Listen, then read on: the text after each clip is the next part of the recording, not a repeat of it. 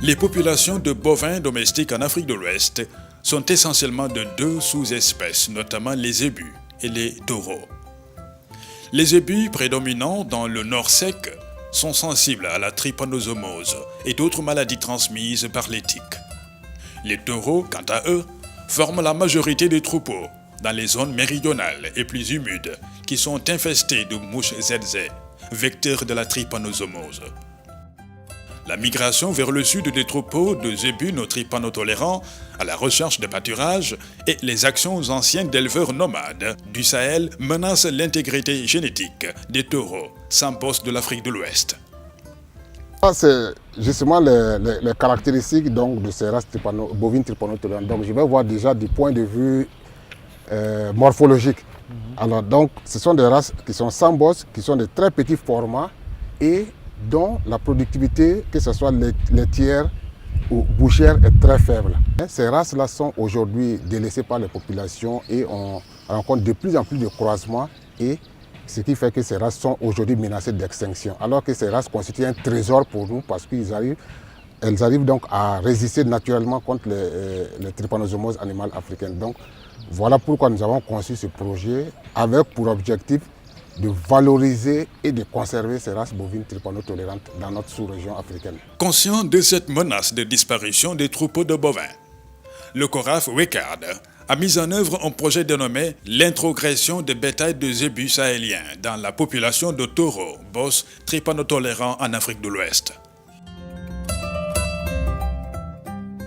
Ce projet, d'une durée de 3 ans, est exécuté dans 3 pays d'Afrique de l'Ouest.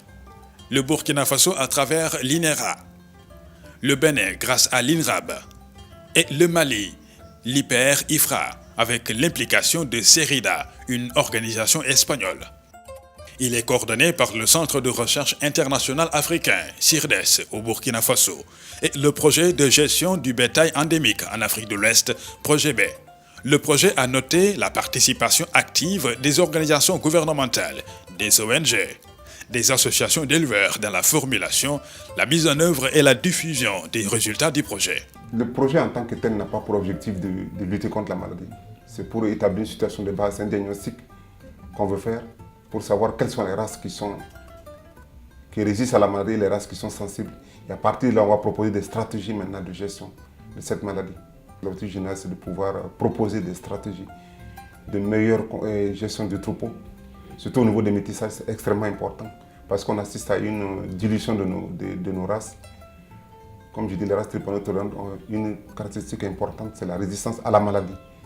Si nous croisons avec d'autres races qui sont sensibles à la maladie sans contrôle, on va se retrouver avec des animaux qu'on va avoir difficilement à maintenir dans les zones infestées par les glossis et la trypanosomose animale.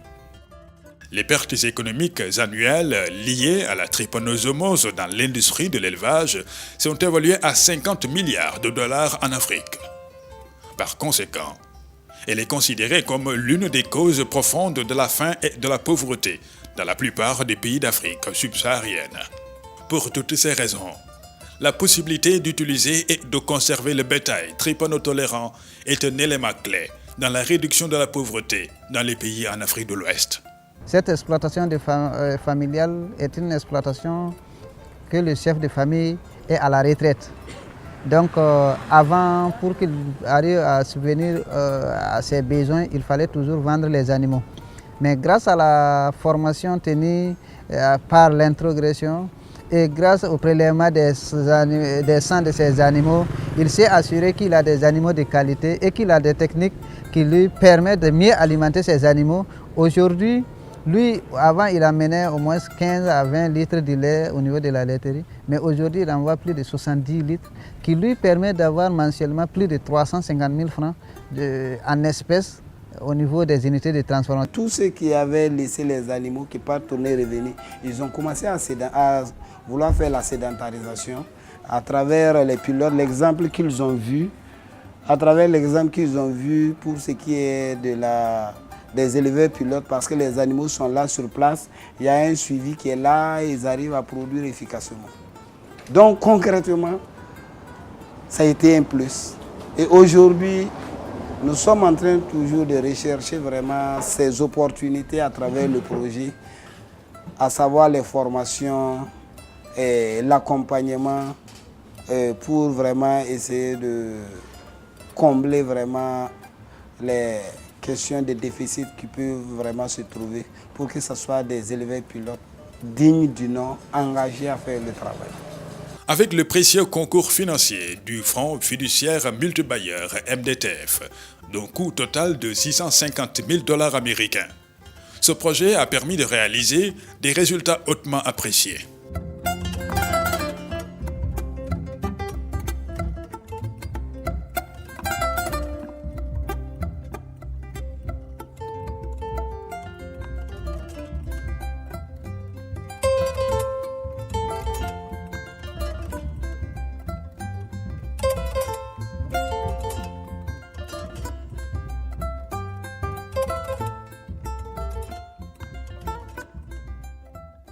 Aujourd'hui, nous avons pu donc concevoir un document de stratégie sous-régionale d'amélioration génétique. Et ce document donc, a été étendu à des pays même de l'Afrique du Nord et de l'Afrique centrale. Donc, de 3 pays au départ, le CORAF donc, a pu étendre le projet à 11 autres pays, donc de l'Afrique centrale et de l'Afrique du Nord.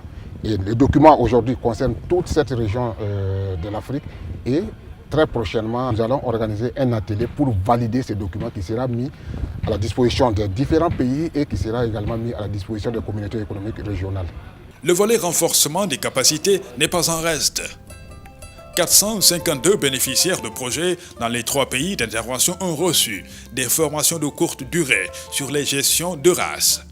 Parmi ces bénéficiaires, l'aspect genre a été bien positionné avec 102 participants femmes représentant 23% de la population qui ont activement pris part à ces sessions de formation. Les femmes s'occupent du traitement du lait et de la vente du lait. Ceci est avantageux pour elles. Les femmes ont acquis beaucoup de nouvelles connaissances tout en côtoyant les différents acteurs de la plateforme et elles intègrent plus facilement le marché. Grâce à la transformation du lait, les conditions de vie des femmes se sont améliorées et je me réjouis de la plateforme. De même, 4 étudiants ont terminé leur formation de longue durée. 2 des étudiants sont titulaires de licence au Burkina Faso, alors que les autres viennent de terminer une maîtrise en sciences au Bénin.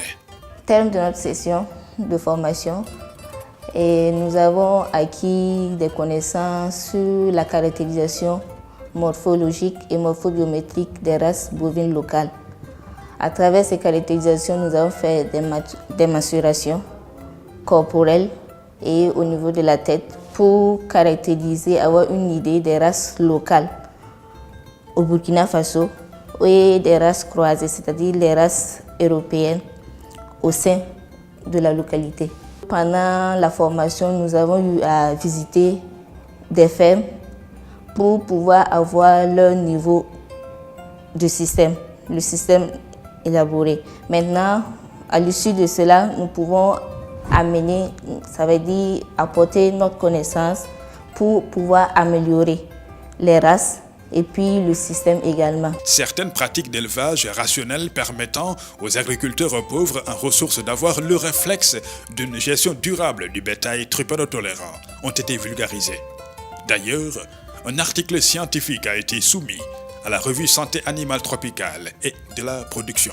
À l'issue de ce projet, ce qui m'a semblé très étonnant, c'est que les producteurs sont très engagés pour accueillir, pour recevoir les nouvelles technologies en termes d'alimentation, en termes d'amélioration, en termes d'alimentation et en termes de techniques de gestion des troupeaux.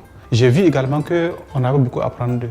Ils avaient une logique d'intervention et en fait qui n'était pas aussi très loin de ce que nous leur proposons.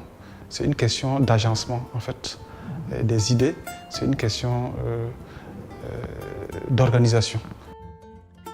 Globalement, les résultats du projet sont bénéfiques pour les groupes cibles car l'utilisation du bétail trypanotolérant réduit considérablement l'utilisation de produits chimiques et le débroussaillage pour lutter contre le vecteur du trypanosome et les parasites. Ceci contribue positivement à la restauration d'un écosystème équilibré et préserve la diversité génétique et environnementale mondiale. Par ailleurs, le projet a fourni de pertinentes recommandations au gouvernement des 3 pays sur les stratégies de gestion et de conservation du bétail trypanotolérant durable.